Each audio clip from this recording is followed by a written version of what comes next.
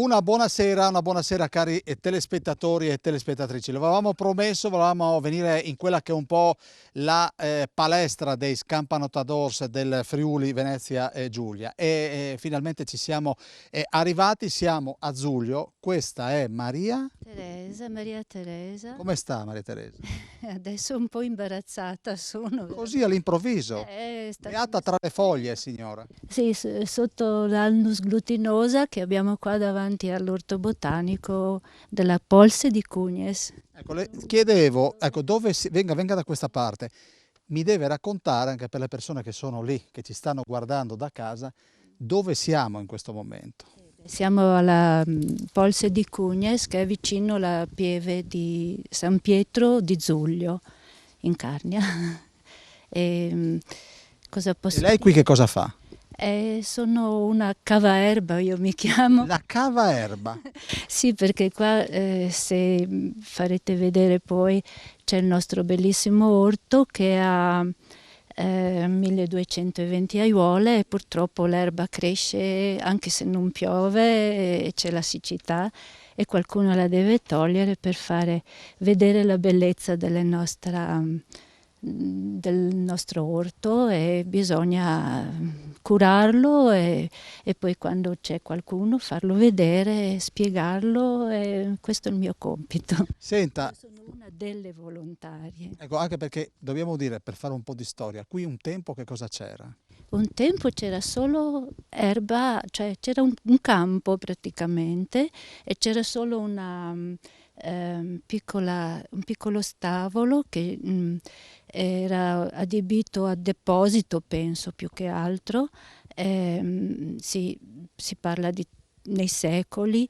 C'era uno spazio davanti questo stavolo che aveva la funzione di parcheggio, diciamo, perché da questo punto fino alla pieve siamo a 250-300 metri alla pieve e lì c'era diciamo, la possibilità di arrivarci per tutte le cerimonie religiose necessarie, quindi poteva essere il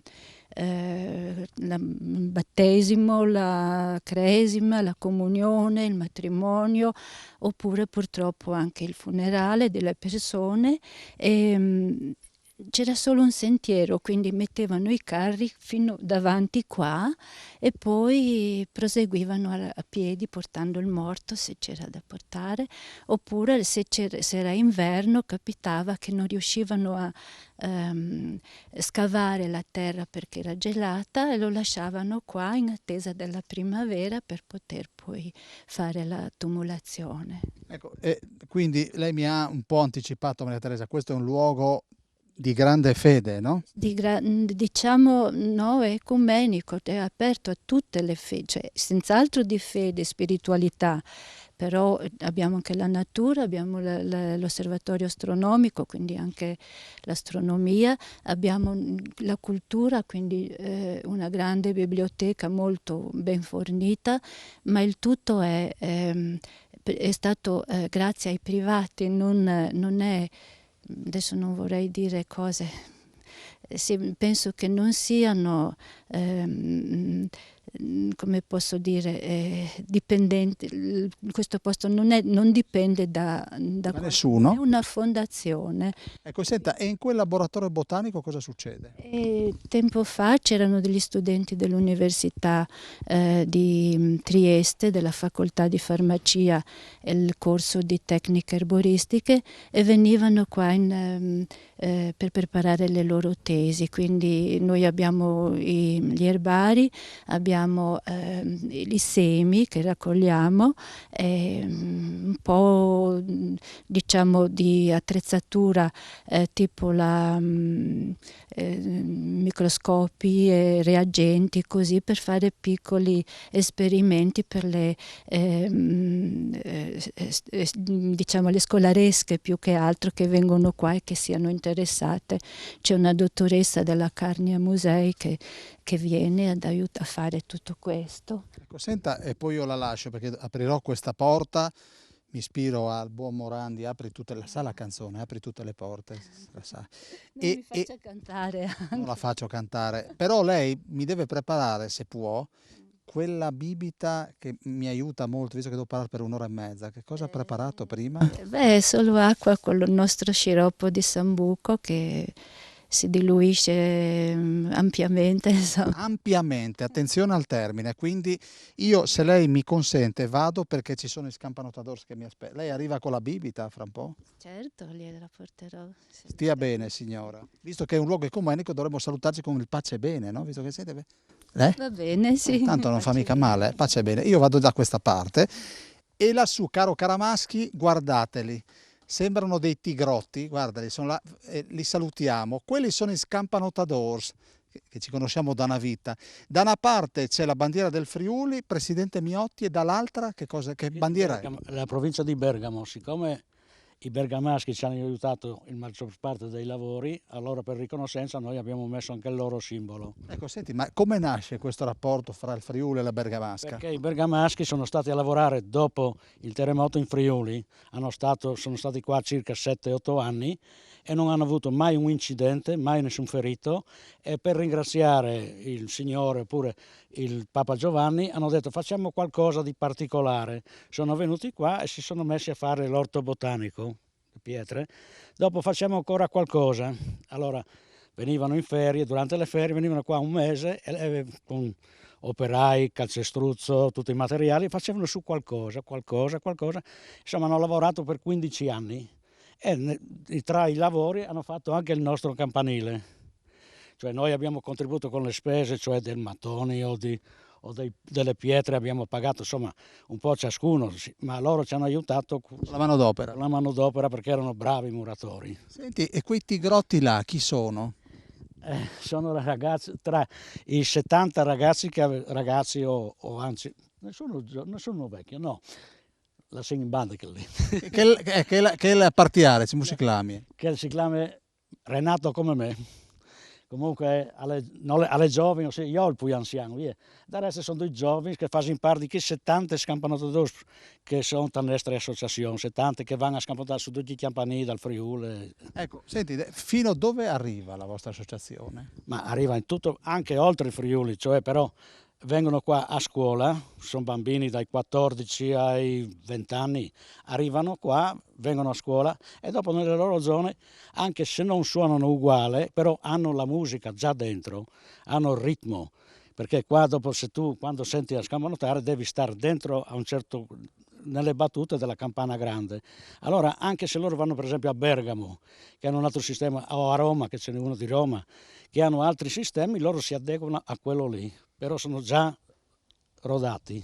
Allora io direi, perché cari telespettatori, vogliamo appunto cominciare a stuzzicarvi e penso che poi con questa forse potremo chiudere questa parte e quindi diamo il via ai ragazzi che hanno le cuffie ovviamente. Sì, d'accordo, se no come... Se no gli vengono le orecchie come Dumbo praticamente. Sì, è difficile fare e poi non riesci a seguire abbastanza bene i colpi, perché tu con l'orecchio segui i colpi, se no diventa tutta una confusione.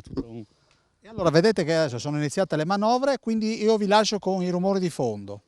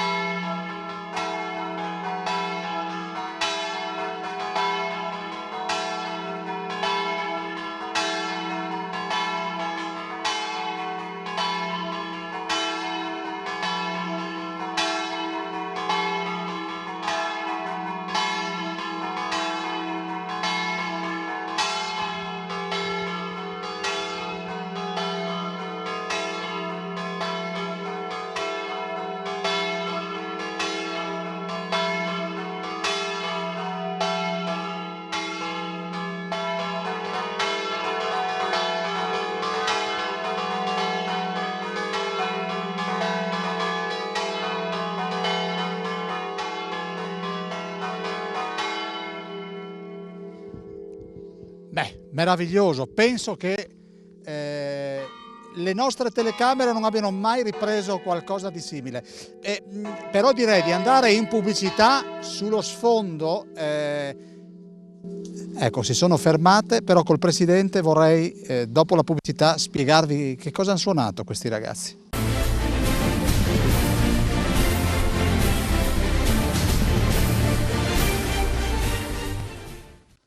Seconda parte dello Scrigno, ve lo ricordo, stiamo trasmettendo da Zuglio, venite da queste parti perché l'atmosfera è unica e magica, e poi penso che se c'è qualcuno che ha la passione per le campane, qui veramente torna a casa ben sazio.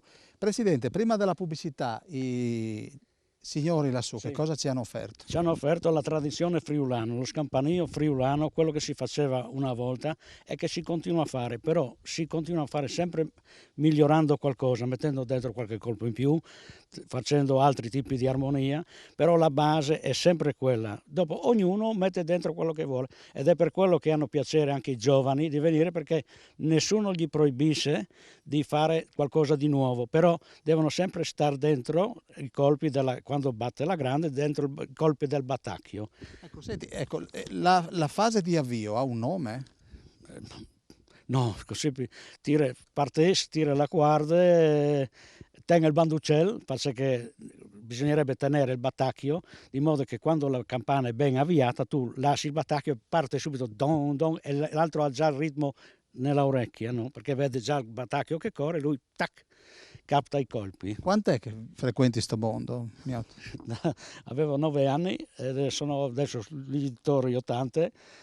Sono ancora qua. La prima suonata te la ricordi? Sì, ma sono stati calci in culo, perché in quella volta gli anziani erano cattivi, non è che adesso, perché non arrivavo a tirare la corda, venivano giù, che scampanottavano, venivano giù, dai mulerie, tira, no? E io, dopo quando loro tiravano un po', facevano avviare la campana, dicevano monte su là, no? E prova a farla. Il metodo particolarmente democratico. Un'evore. Ma senti, la prima suonata dove l'hai fatta? A Conoglano di Casacco. E quanto era alto il campanile? È lo stesso di oggi? Sì, sempre lo stesso. Era un po' tortuoso perché era prima del terremoto, dopo l'hanno messo a posto, ma però era un'avventura andare su. Io andavo a portare il latte con il secchio e andavo su, mi nascondevo dietro l'orologio perché non mi facevano salire, no?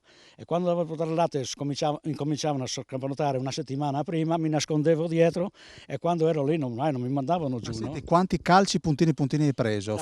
Tanti. Ma fino a che età? Ma fino a 16-17 anni. Dopo si sono stufati. No, ho preso forza io, perché difatti non riuscivo a tirare, perché era da tirare tutto a mano, e dopo erano catene con fil di ferri, tutto un altro mondo, tutta un'altra cosa. Adesso hai le catene ben messe, vai precisa. Senti, vedo solo maschi là, c'è qualche femminuccia? Abbiamo diverse femminucce, abbiamo fatto anche un filmato dove erano solo le donne, ed in quel giorno lì erano 7 donne a suonare le campane qui e a San Pietro. Abbiamo fatto qua e là. Fin dove si sente lo scampanio? Qua si sente dopo come tira il vento, si sente su fino più su di Arta, e di qua si sente quasi fino a Terzo, in Ponzo tranquillamente, e anche a c'è paesi lassù, San Floreano. Ecco, lì si sente bene proprio. C'è anche là una bellissima chiesa. Sì, una bellissima chiesa, e campane belle, però sono a mano del tutto quelle, no? Allora, io mi stacco un attimo da Miotti e vado dal buon Ionico, perché dobbiamo parlare della Melius SRL, impresa sociale di Tolmezzo. Però, buonasera. Buonasera a te e a tutti i telespettatori. Io credo che tu questa zona la conoscevi molto meglio di me. Sì, direi di sì, specie negli ultimi anni, che mi ha permesso appunto il lavoro di frequentare le comunità, frequentare le persone e posti magnifici come questi, naturalmente. Senti, intanto dobbiamo dire che cos'è Melius. Beh, è una società che si occupa di innovazione sociale e di sviluppo locale. In qualche modo ci occupiamo di alimentare le prospettive future delle comunità dei paesi che, come ben sappiamo, siamo in una fase storica dove comunità e paesi sono in forte crisi e quindi c'è bisogno di idee e di indirizzi per poter riprendere un percorso virtuoso di crescita e di speranza per il futuro. E il nostro mestiere è appunto dare una mano a chi sta sul territorio per capire che strada intraprendere in maniera tale di raggiungere degli obiettivi che diano la possibilità di creare un po' di benessere e diffondere in qualche modo un po' di fiducia e speranza al futuro, un po' per le valli montane, ma non solo. Ecco, e in questa direzione il mese di luglio è andato, siamo ad agosto, ci sono state 5 date, l'ultima, poi ce lo spiegherà Angela Puppini, causa i noti incendi c'è stato uno spostamento. Sì, noi ci siamo impegnati a realizzare un progetto che si chiama Terre alte tra confini e frontiere. Terre alte appunto perché siamo in montagna e abbiamo voluto concentrarci su quei paesi che in qualche modo hanno vissuto le opzioni di sviluppo e di crescita che il confine ha determinato loro nel corso del processo storico, però al tempo stesso ci siamo occupati appunto anche delle vicende in cui è emersa e si è affermata la frontiera. La frontiera ha determinato chiusura, naturalmente guerre, lutti e regressioni in tutti i sensi sociali, economiche e demografiche delle comunità. Abbiamo voluto indagare 5 comunità e appunto che hanno vissuto nel corso del tempo e si sono in qualche maniera trasformate nel bene e nel male appunto in relazione a confini mobili e all'affermarsi di queste frontiere. E lì abbiamo ragionato con le popolazioni, abbiamo ragionato con i testimoni locali per capire appunto che cosa ha determinato nei loro confronti il processo storico e soprattutto a capire quali sono le leve su cui giocare per immaginare un futuro o più futuri. Allora, io vado da Angela Puppini, organizzatrice e animatrice di questo progetto Terre Alte aiutami. Tra confini e frontiere. Ecco, adesso i confini e le frontiere esistono probabilmente solo, per fortuna, sulla carta. Sì, esatto, diciamo che queste zone al momento sono ancora delle zone in cui vi è un margine, quindi un confine, però la presenza di una frontiera nel passato ha sicuramente lasciato dei segni profondi nei confronti delle popolazioni che li abitano. E queste comunità hanno delle difficoltà maggiori legate anche alla loro condizione comunque più isolata rispetto ad altre località. Lo scopo era quindi quello comunque di capire quali sono le dinamiche che li hanno caratterizzati in passato, ma anche definire delle opportunità di futuro per questi territori che hanno delle sfide non da poco. Ecco, senti, nelle settimane scorse a Palmanova c'è stato un concerto, quello fra De Gregori e Venditti, e in uno dei passaggi, quando spiegavano le loro canzoni, questi poeti della musica italiana, hanno detto che la storia non ha nascondigli. Il caso anche di, prima Ionico diceva, siamo andati ad indagare su 5 località proprio per scoprirle e metterle a nudo, ovviamente in positivo. Certo, sicuramente, sì. Abbiamo scoperto delle storie personali veramente interessanti nei 4 contesti, e siamo curiosi di conoscere anche quelli del prossimo, no? Ecco, dicevo prima, la data del 31 è stata spostata a quando? È stata spostata all'11 settembre e le motivazioni sono appunto legate a quello che poi è accaduto in Varresia, quindi l'evento si terrà a Stolvizza e cogliamo anche l'occasione per dire che siamo vicini a quello che è accaduto e alla comunità di Resia, che comunque poi ci ospiterà in quella giornata.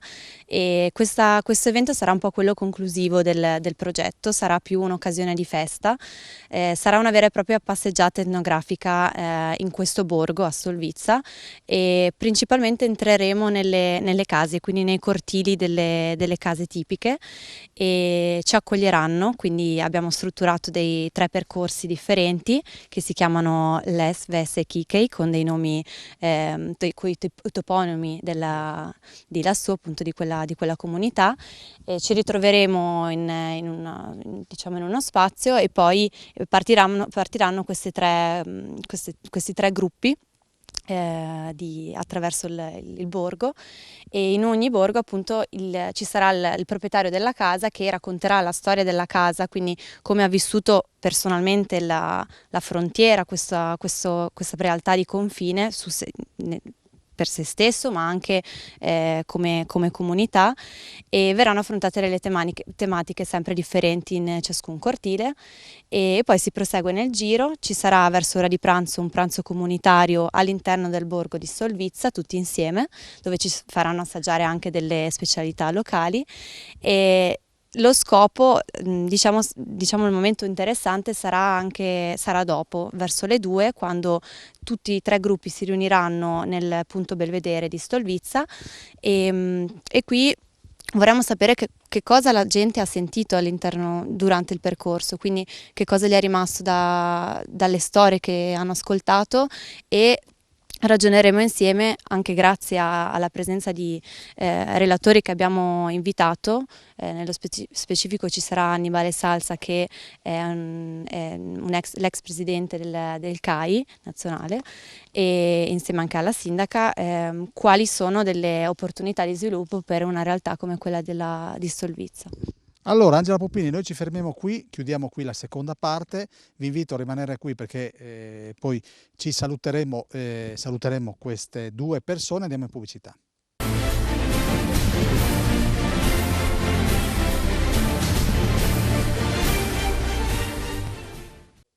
Terza parte dello scrigno, siamo sempre a Zuglio. Angela, grazie per il tuo intervento, poi vado da Ionico e ci salutiamo. Grazie a voi. Eri mai stata da queste parti?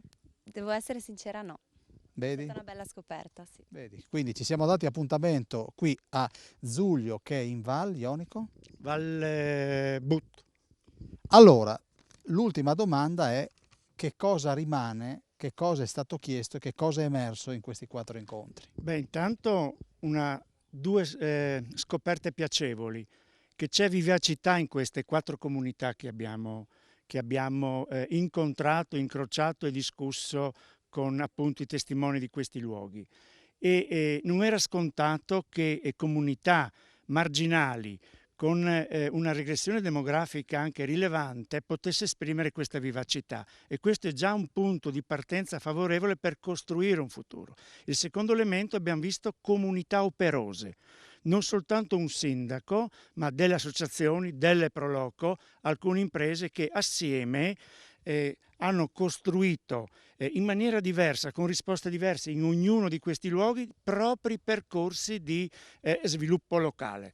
E questo ci ha colpito, l'abbiamo evidentemente segnato, e alla fine di questo progetto vorremmo raccogliere appunto gli elementi salienti che certamente possono essere motivo di imitazione in altre realtà, poiché hanno prodotto o stanno producendo risultati positivi in termini di costruzione di nuove imprese, presenza di giovani che si attivano per realizzare qualcosa di bene per la propria località, e anche opportunità di lavoro. Naturalmente parliamo di piccoli numeri che in ogni caso ci danno in qualche modo il segno che è possibile intraprendere delle strade che danno non soltanto speranza, ma elementi concreti di sviluppo economico e sociale.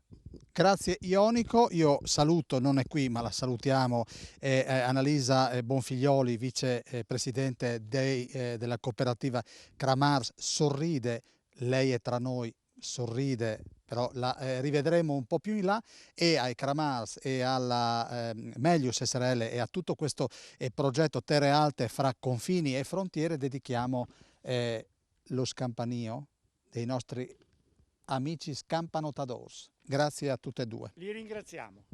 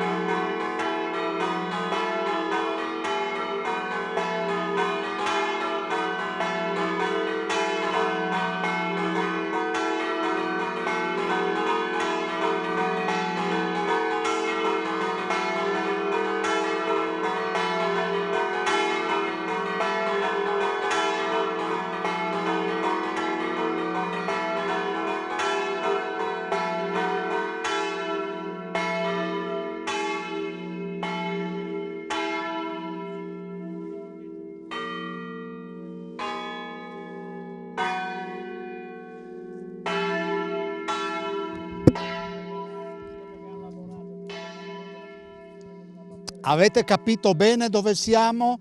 Quindi lo faccio sempre da tanti anni, questa è una trasmissione che ho il piacere di ideare e di condurre da 15 anni e quindi io vi do dei suggerimenti, poi se vorrete accoglierli, so che lo farete, venite da queste parti, perché io mi chiedevo adesso chissà cosa pensano a Zulio e tutto sto scampanio. Allora, vieni un attimo, caro Pitton, io prima di andare avanti, e adesso il mio operatore mi dice che ci sono 2 minuti, quindi chiuderemo questa parte qui e poi piano piano andiamo avanti e saliremo in cima al campanile, anche se non è... Quanto alto è? Ma sarà sui 5-6 metri di altezza, non è tanto alto. Ecco. Ecco, così chiudiamo, apriamo e chiudiamo la parentesi su un evento triste. Volevo, e so che a te fa sicuramente piacere, ricordare un componente della vostra benemerita associazione di Scampanatori Furlans.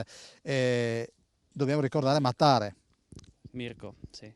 Io e Mirko eravamo tanto amici, quindi hai beccato insomma la persona giusta che ti può, sì, che lo può ricordare, ma come tutti noi è stato un grande vuoto. Ecco, Mirko era sempre partecipe con noi, ha fatto tantissime cose che tutti ricorderemo.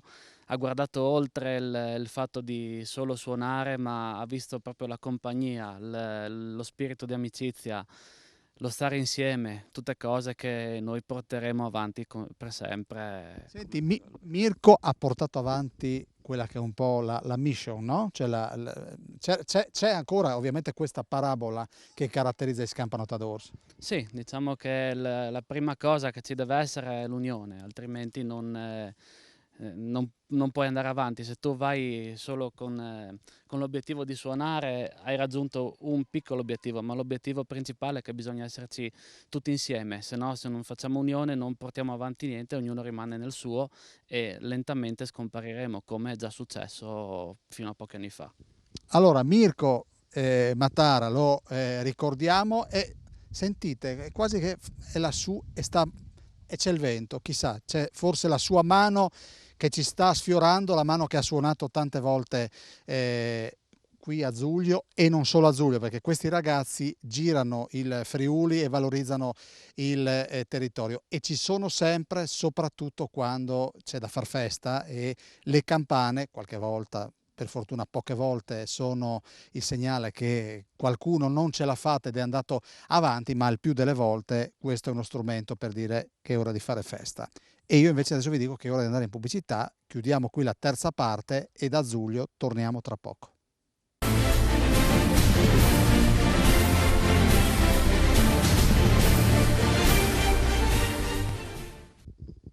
Quarta parte dello scrigno, io e il buon Caramaschi vi stiamo raccontando assieme ai Scampanotados che cosa rappresenta questa palestra, questo campanile. Allora, prima ci diceva il Presidente che ci sono 2 bandiere, una che porta in Friuli, l'altra nella Bergamasca.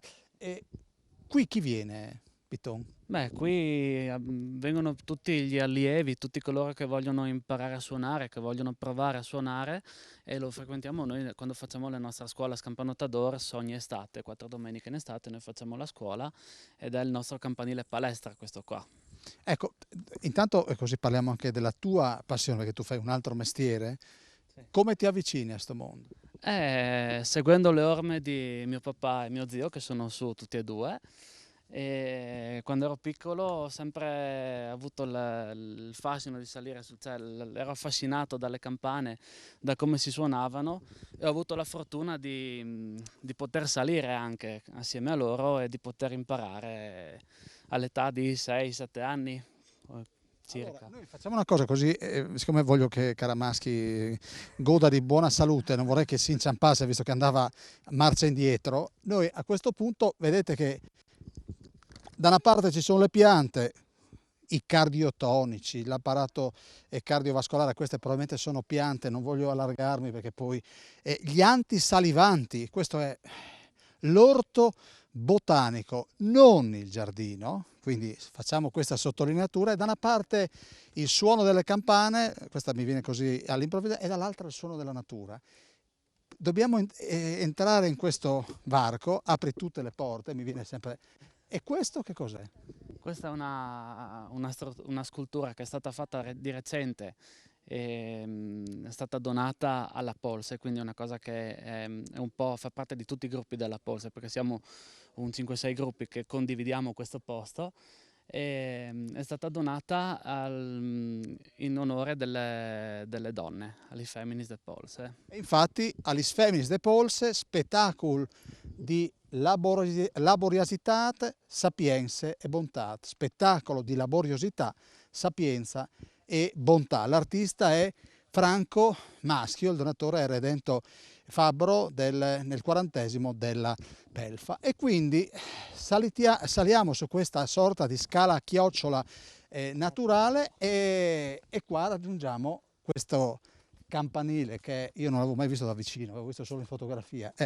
È bellissimo e ricordiamo, è stato costruito quanto tempo fa? Nel 2003, è stato inaugurato nel 2003 e completato nel 2004-2005. E nel 2008 è stata elettrificata la campana grande per dare l'opportunità anche a chi è da solo magari di venire a fare una suonata, di provare a suonare. Senti, e qui chi è che tiene pulito, fa la manutenzione? Ma un po' tutti i gruppi che siamo presenti qua. Non so se il nostro Caramaschi ci fa vedere questo paesaggio da cartolina. Guardate, questo è il Friuli, no scusa, mi correggo, questa è la Carnia, perché non vorrei che venissero a cercarmi a Cesare quel che è di Cesare e ai Carnici quello che è dei Carnici. Guardate che spettacolo, quindi, come dico sempre, nutriente, caro Caramaschi. E qui c'è questo ponte che ci porta vicino a quelle 4 campane. Da dove arrivano quelle 4 campane? Allora, le campane sono state fuse dalla fonderia Lanconi di Crema e donate da più associazioni, più persone e più amici, tanto che all'inizio dovevano essere 3, come da tradizione friulana dovevano esserne 3. E invece sono stati talmente tanto generosi, tanto curiosi anche di vedere una cosa così particolare che ce ne hanno donata una 4ª e l'abbiamo intonata in modo da usarne comunque 3 al colpo. Tu parlavi prima di un'innovazione, quale? Sì, allora, la prima suonata che avete sentito era fatta con 3 campane, perché come da tradizione in Friuli i campanili hanno 3 campane. Però c'è qualche campanile che ne ha 4, 5 o 6, queste sono cose più, cioè tipo il Duomo di Udine e vari campanili anche di varia importanza. Però come scampanottate noi fino a 10 anni fa suonavamo sempre con 3 campane, anche se ce n'erano 5-6 ne usavamo solo 3. E da pochi anni insomma abbiamo avuto un po' la curiosità di applicare anche cioè di poterle usare tutte, anche andando in giro un po' per l'Italia, vedendo come suonano nelle varie regioni. Ci è venuta la curiosità di poter scampanottare anche con più di 3 campane e da lì abbiamo iniziato a usufruirle di tutte. Guardate la finestra, credo che qua, e spero di non dire stupidaggini, qua secondo me vanno dei fiori. Sì, sì. Bisogna metterli però giustamente dicevo, con queste temperature, cioè, arrivi Odissi.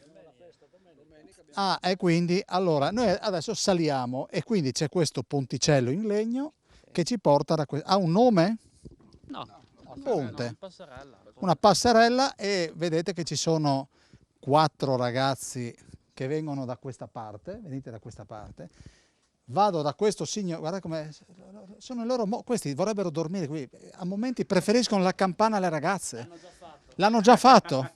Piton, vieni qui, quindi ho bisogno di una testimonianza, dimmi. No, beh, se li lasci qui dormono sul campanile, ma qualcuno so che l'ha già fatto in varie parti d'Italia, forse anche in Friuli. Forse anche in Friuli. Ti chiami? Sebastian Passaro. E tu fai lo scampanotador da qua?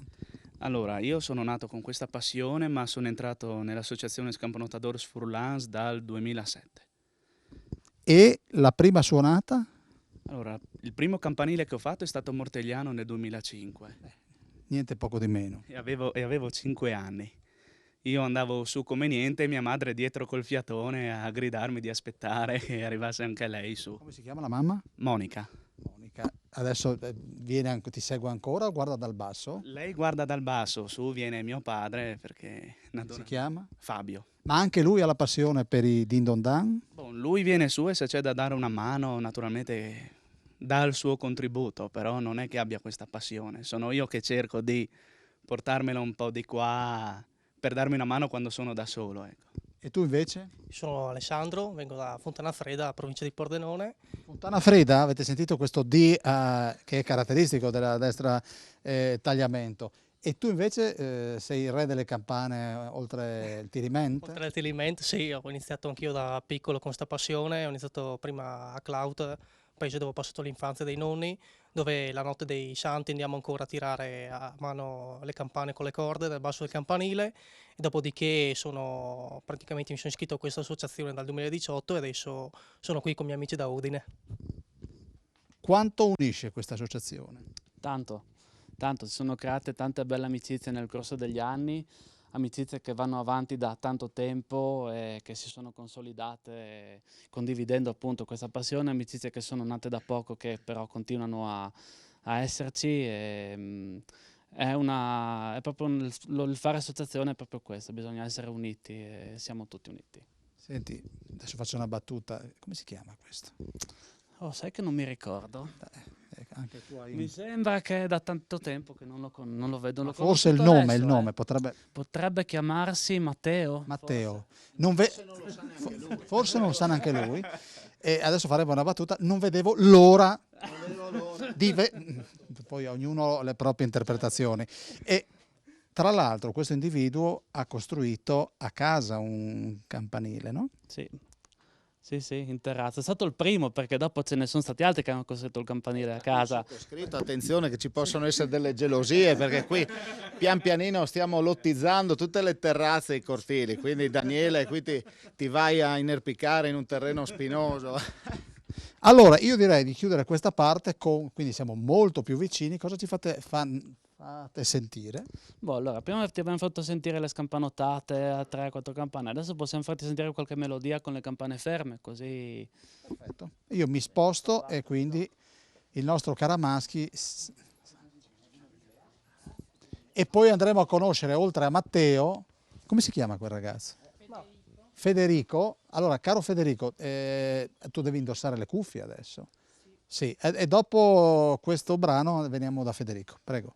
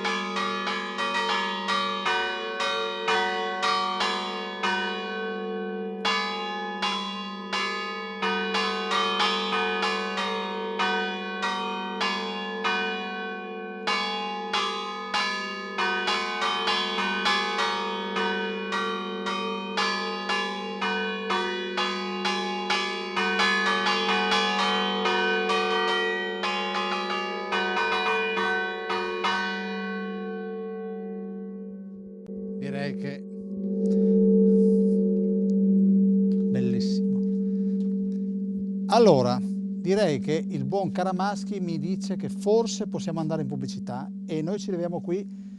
Guardate che io non mi permetto perché faccio brutta figura. Vai. Vibra ancora, ma dopo magari facciamo la chiusura così vi delizio con un mio brano. A tra poco.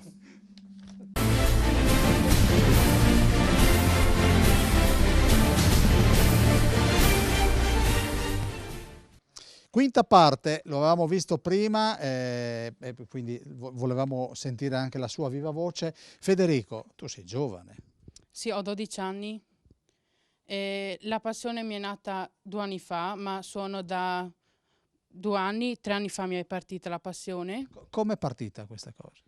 Dal mio campanile sono andato su con un mio amico della parrocchia e da lì mi ha sempre affascinato e poi anche dopo un po' di salite anche iniziavo a suonare e poi ho preso cimento. Ecco, ascolta, ma il campanile qual è?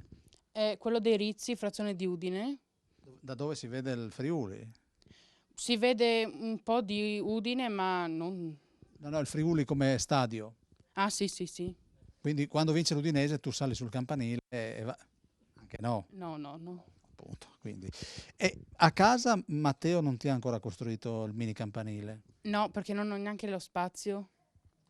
Neanche la terrazza, no? No, ho il giardino, ma è piccolo, quindi non ci sarebbe spazio. Come si chiamano i tuoi genitori? Mia mamma Raffaella e mio papà Andrea. Ecco, magari Andrea e Raffaella potrebbero comprare un pezzettino di terreno per mettere sto campanile. È che non c'è lo spazio. C'è lo spazio, io volevo mettere in difficoltà, ma non ce la sto facendo. Cosa farai da grande?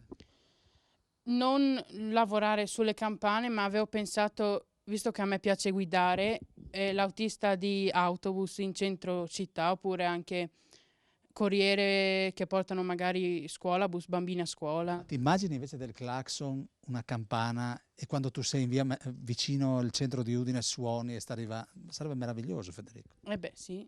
Prova a farti aiutare da Federico, che tra l'altro conosce molto bene il centro, vero Matteo? Quindi. Senti, grazie. Allora, adesso che cosa potremo sentire? Ma allora abbiamo fatto la scampanottata, abbiamo fatto la suonata a campane ferme, potremmo farvi sentire il doppio, però fanno tanto rumore se siete... Quindi noi dovremmo allontanarci un pochino. Ma sì, più che altro per l'audio, perché suonano tutte a slancio. Quindi. Noi indietreggiamo da questa parte e prima di indietreggiare, Piton. Allora, questo è un signore che ci ha mandato molte volte le immagini, non solo dei Scampanottadors, ma anche di altri eventi per il Friuli. Che cosa significa essere a 2 passi da queste 4 campane? È un'emozione forte, anche perché sono 4 campane. Adesso non lo so se faranno il doppio con 4 campane, ma è una cosa unica, perché normalmente in Friuli abbiamo 3 campane, qui ce ne sono 4 e andare d'accordo con 4 campane è un po' più difficile chiaramente, no?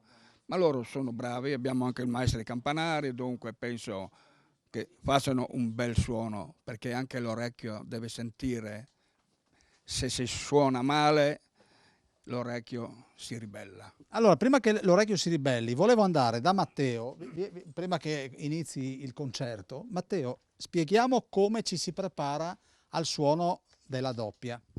Al suono del doppio ci si prepara legando ovviamente le 3 campane. Attenzione, l'importante è che le corde siano solidali, nel senso che anch'io ho avuto esperienze personali sul fatto che se c'è un moschettone difettoso o una corda un po' sbucciata o cose così, si rischia anche di incappare nel farsi male, perché comunque ci sono quintali in movimento. Qui abbiamo una campana grande che ha 9 quintali, solo la campana, quindi intanto mettere in sicurezza tutto, legare le corde, dare un'occhiata generale, dopodiché si può partire. E si parte in sequenza, non si parte tutti insieme o a caso. Chi sta sulla campana piccola deve partire prima, chi segue con la campana media o mezzana, che dir si voglia, deve partire subito dopo in sequenza e a seguire quello della campana grande. Matteo, chi è che ti ha insegnato queste cose? Beh, io ho sempre avuto passione fin da bambino, come Federico, no? Anzi forse da prima di lui. E poi dopo ho iniziato tardi, devo essere sincero, ho iniziato nel 2006 a suonare grazie a un altro nostro socio, David, che non è attualmente presente qui, e mi ha catturato e mi ha detto: ma perché non entri in un'associazione con noi? E lì ho avuto modo di dare sfogo a questa mia passione, e da lì è stato un lento divenire, nel senso che poi ho imparato qui, ho suonato su tanti campanili, ho cominciato a girare con Renato e per così dire le vecchie guardie, le prime maestranze, i primi soci fondatori, e da lì poi ho proseguito anche insegnando insieme a Gianmarco, David e ad altri ragazzi che non ci sono, alle nuove generazioni come Federico per esempio, no? Super appassionato, ovviamente chi è super appassionato rimane e dura negli anni. Questa è una passione che secondo me la si ha nel sangue fino dai primi anni. C'è anche chi si è appassionato e transitato per qua, ha imparato, magari è stato un paio d'anni, poi la passione è andata scemando, ma chi è veramente appassionato per le campane non molla mai, come qualsiasi altra passione, moto, qualsiasi altra cosa possa essere. Ecco. Ecco, queste diventano un po' le vostre compagne di vita, no? Sì. Sì, in un certo senso sì, nel senso che ogni tanto bisogna litigare anche con familiari o amici per fare spazio a questo mondo bellissimo e affascinante, che è una delle nostre tradizioni, ma è una tradizione a sistemi diversi per tutta Italia. E fare spazio soprattutto nei periodi dove c'è il full immersion di feste, festività, ricorrenze, santi patroni, adesso il periodo estivo, il periodo delle sagre, quindi vanno per la maggiore, perdoni vari e compagnia bella, quindi tante festività, principalmente ovviamente sacre e poi anche profane o matrimoni o tanti altri eventi in cui si può suonare. Pacem in Terris 1963-2003, quello è uno dei tanti nostri papi ripresi. Mi piacerebbe capire chi è, perché non voglio dire stupidaggini. Ha una faccia Paolo VI, chissà, Paolo, mi dà l'aria di essere Paolo VI. Giovanni XXIII? Ecco, così abbiamo corretto immediatamente, perché sennò... E c'è anche padre David Maria Turoldo, dov'è? Forse può essere sull'altro lato. Allora, voglio vedere padre David Maria Turoldo. Caramaschi, occhio che non andiamo in neurochirurgia. Eccolo qua. È intorno a questi focolari e a queste campane, a questi campanili, che ha messo radici la prima civiltà dell'uomo. E quindi altro poeta questo. Questo è un suo pensiero, era il prete degli ultimi, ma aveva i pensieri dei grandi, e quindi ogni tanto gli ultimi hanno i pensieri dei grandi. Direi di andare con il brano. Noi ci allontaniamo, il buon Caramaschi in via Prudenziale giustamente dice: non voglio andare dall'Ottoiatra, e quindi adesso vedrete che lui ruoterà con fare quasi olimpionico e tracchete, e quindi siamo pronti per il brano.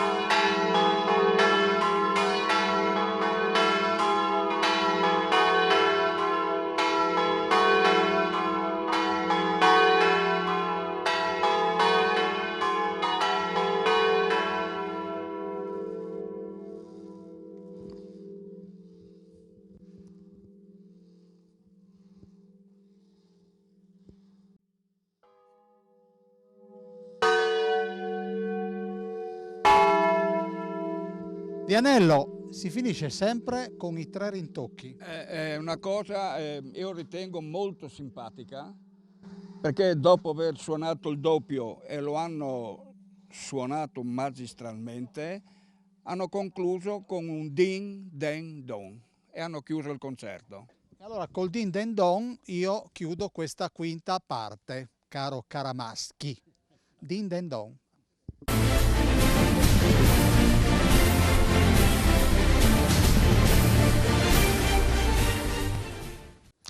Sesta parte dello scrigno, guardate dove siamo, così se vi viene l'ispirazione, se avete bisogno di rilassarvi, poi c'è Maria Teresa che vi accoglie e vorrei che il nostro Caramaschi ce la mostri, guardatela, è lì che veglia su di noi. Senti, volevo chiederti, non abbiamo parlato, non vorrei che si offendessero, quelle 3 campane. Ecco, queste 3 campane sono arrivate pochi anni fa ed erano di proprietà di un nostro socio che purtroppo ci ha lasciati in un incidente. Era Romano Dario di Terzo di Tolmezzo, anzi di Lorenzaso, scusa, più precisamente, e lui aveva costruito il campaniletto per insegnare ai ragazzi a suonare nel cortile di casa sua. E di fatto sono state trasferite qui. Sì, dopo lui è mancato nel 2009 e il suo fratello ce le ha donate l'anno dopo. Senti Gianmarco, tu tra l'altro sei anche consigliere nazionale. Sì, faccio parte della Federazione Nazionale Campanari Italiani. La federazione è nata nel 2011, dopo tanti anni di tentativi, perché mettere d'accordo poche persone è difficile, metterne d'accordo tutta Italia è ancora più difficile. Quanti campanari ci sono in tutta Italia? Sui 7-8 mila penso di sì. Ci sono l'associazione dei veronesi che ne ha solo loro 3.000, quindi tutte le regioni poi ce n'è tanti. Senti, tanti campanari, vuol dire che proprio adesso mi citi tu Verona, vuol dire che ci sono tanti campanili o non è proprio così? Sì, sì, ci sono tanti campanili e tanti campanari. Addirittura noi siamo fortunati perché per suonare in un campanile quando siamo in 2 è sufficiente, insomma, ecco. E invece se vai nella zona in Lombardia, Veneto più Veronese, Vicentino, Bologna, lì servono addirittura 8-9 campanari per campanile perché hanno altri sistemi di suono. Chi è quest'uomo? È mio papà. L'ha fatto apposta. Senti, ma l'hai contagiato tu? Sì, io sono Renato Piton, abbiamo contagiato tutta la famiglia perché appunto dopo eravamo io e lo zio Dianello e dopo ho cominciato anche Gianmarco a venire sui campanili, era piccolo anche lui, ci scappava dalle mani, però lui voleva salire sui campanili e allora dopo piano piano sono riuscito a venire su e ho iniziato proprio da piccolo a suonare anche lui. Scusami papà di Gian, sentite queste, che campane sono queste? Guarda, facciamo veramente 20 secondi di silenzio. Non è che ci hanno sentito e quindi ci stanno lanciando una sfida? Potrebbe essere. È un saluto. È successo una volta che eravamo qua a fare un po' di prove e hanno iniziato a suonare San Pietro, che lo vedi lì, quindi le senti bene anche da qua. E abbiamo chiesto, ma cosa succede? Pensavamo di aver disturbato qualche celebrazione. Ah no, abbiamo sentito e abbiamo voluto farvi compagnia. Però Renato, c'è, spero, ma siccome io sono abituato a dire quello che penso, qualche frustrato o frustrata che fa esposti alla Procura della Repubblica perché è così fastidioso il suono, perché per loro è rumore delle campane. Ma siamo su scherzi a parte? No, è vero, è successo, però da qualche parte sono stati portati in tribunale, praticamente dopo è andato avanti in tribunale e da qualche parte abbiamo vinto noi con le nostre campane. Anche perché, se non ricordo male, nella zona di Sedegliano c'era stato un mezzo casino, se non mi ricordo, Turrida. Turrida, sì, era Turrida, noi si suonava col consenso del parco, eccetera, eccetera. C'era un po' di gente sotto che protestava appunto perché dava fastidio al suono della campana. Ecco, magari chi dà fastidio, un po' di valeriana, magari potrebbe essere interessante, magari ci sono anche dei tappi in vendita. Sì, ci sono dei tappi in vendita, delle cuffie come le aveva Federico prima, ci sono delle cuffie, se uno Se uno vuol sentire, Quanto costa un paio di cuffie? costerà 3 euro. 3 euro. E così la maggior parte, la stragrande maggioranza, questo è un suono che va salvaguardato. Appunto, questo qua va salvaguardato appunto anche perché ci sono tradizioni vecchie dei nostri avi ancora che andavano a suonare quando c'era il fuoco, quando c'era un temporale, qualcosa, andavano a suonare e il paese era tutto vicino. E quella volta praticamente quando noi abbiamo iniziato a Coderno a suonare, la gente ci diceva praticamente che gli veniva da piangere nel sentire suonare le campane così bene. Anche perché mi capita ogni tanto di fermarmi al semaforo e sentire nelle auto della musica che, credetemi, dà molto più fastidio del suono delle campane. E questi non possiamo definire musicisti, ma casinari o presunti tali. E quindi, e invece il tuo primo... Io ho iniziato nel 1962, da bambino anch'io, 12-13 anni, però il campanile era proibito per i ragazzi una volta. Se avevi qualche amico, qualcuno su che aveva la chiave, perché chiudevano il campanile con la chiave. E allora se loro volevano ti buttavano giù la chiave del campanile, tu entravi e io sono entrato così, avendo degli amici su, e dopo ci hanno insegnato a suonare.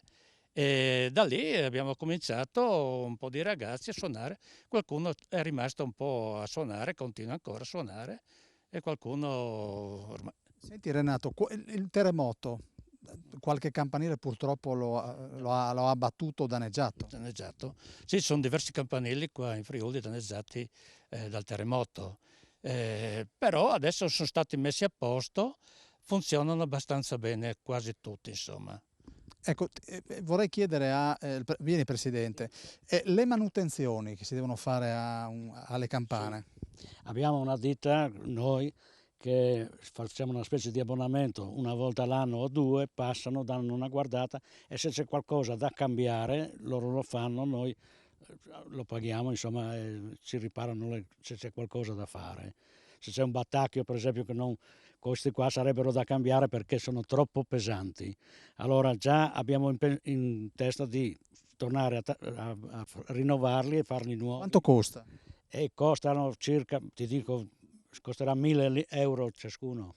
Ecco, ma voglio dirti, siccome mi piace fare questi tipi di appelli, se c'è qualche benefattore che memorizzate, siccome con me funziona, perché abbiamo fatto delle azioni anche per delle persone che soffrivano, Scampanotadors Furlangs, se c'è qualche persona generosa, anima, quindi noi lo ricorderemo nelle nostre preghiere, nei nostri scampanili. Nei nostri scampanili ci sono 4 battacchi da acquistare, quindi Scampanotadors Furlangs, se c'è qualcuno che ha qualche euro e sapete dove finiscono, perché no? Finiscono in bene, sì, sempre, grazie. Qui ci mancherebbe altro.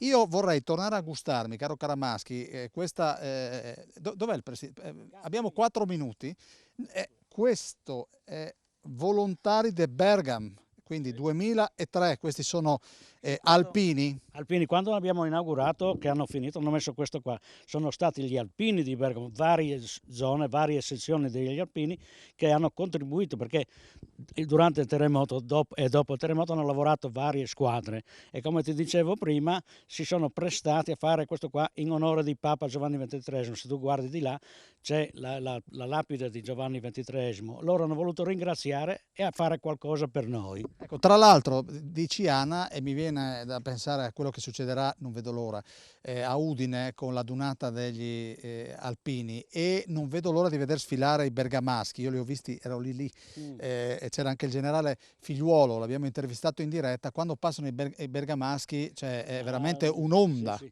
Ma anche qua è stata un'onda perché quando erano loro era tutto un cantare, tutto, non so come facevano lavorare perché tiravano su un sasso, avevano il bottiglione di vino magari, ma comunque tranquillamente venivano su, era tutta un'allegria, era una cosa meravigliosa e si volevano tutti bene, come anche noi, Scampanotadors, come diceva prima Gianmarco, c'era l'unione, sentivi proprio che era dentro di loro la forza di fare queste cose, perché costruire queste cose qua non è mica stato un giocchetto. Insomma. Ecco, i bergamaschi li abbiamo visti cantare quando veniva in pieno Covid con il le chiusure in corso col lockdown, e c'erano molte loro mani nel centro vaccini e soprattutto dove sono state allestite le terapie intensive alla Fiera di Milano, e era inconfondibile l'accento bergamasco, e loro lavoravano ore e ore e ore, prendevano ferie e molte vite umane sono state salvate grazie a loro. Addirittura le ferie le prendevano ogni anno, si mettevano d'accordo, venivano col camion con materiali e una piccola corriera che andavano su e giù perché faceva il Clinton. Sì. Beh, giustamente, sicurezza. Allora, hanno detto prendiamo anche un piccolo bus navetta, andiamo su e giù. Sono anche... Però 12 ore al giorno le facevano sempre. Si può bere, ma in sicurezza e con prudenza. Quindi... Allora andiamo da questa parte. Presidente Miotti, vieni che così diamo la buonanotte da questa veduta straordinaria. Quindi dobbiamo invitare, così possiamo, tutto il gruppo se viene qua così vi mostriamo e ci diamo la buonanotte. Per chi volesse far parte della vostra famiglia, cosa deve fare? Deve solo iscriversi con noi a fare una tessera. Fare la tessera, di solito sono gli attivi che sono assicurati di tutti, sia l'infortunio che qualsiasi altra cosa. Dopo ci sono i sostenitori che hanno una quota di 15 euro, 10 euro e diventano soci, di modo che quando facciamo l'assemblea ci riuniamo tutti assieme e facciamo le nostre cose, insomma, quello che ci serve. Ecco, approfittiamo dell'occasione, l'autunno che autunno sarà?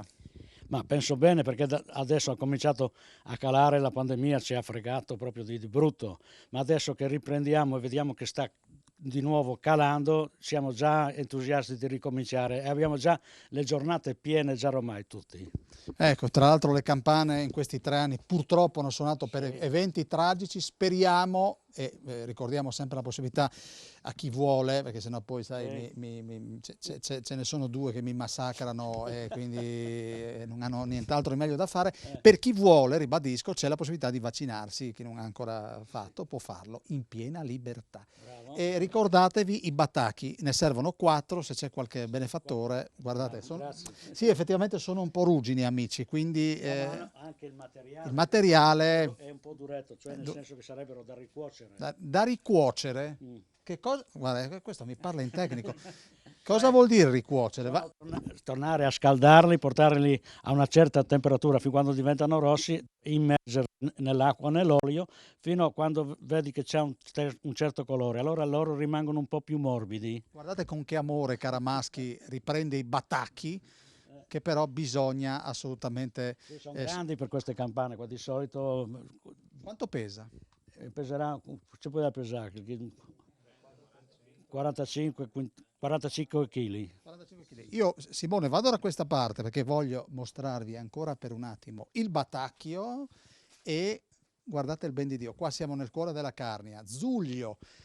Grazie Caramaschi, sono adesso più sereno perché abbiamo superato le campane, quindi da qui abbiamo trasmesso lo scrigno di questa sera. Io vi ringrazio di cuore per la vostra cortese e fedele attenzione, ovviamente al nostro Simone Caramaschi, grazie perché sono coloro che non si vedono che fanno i più grandi sacrifici. Quindi io vi ricordo Telefriuli, canale 11, 2 volte numero 1 e quindi rimanete ovviamente con noi. Noi cerchiamo di dare il meglio di noi stessi con il nostro amato territorio. Grazie del Scampanato d'Ors che vi salutano. Arrivederci.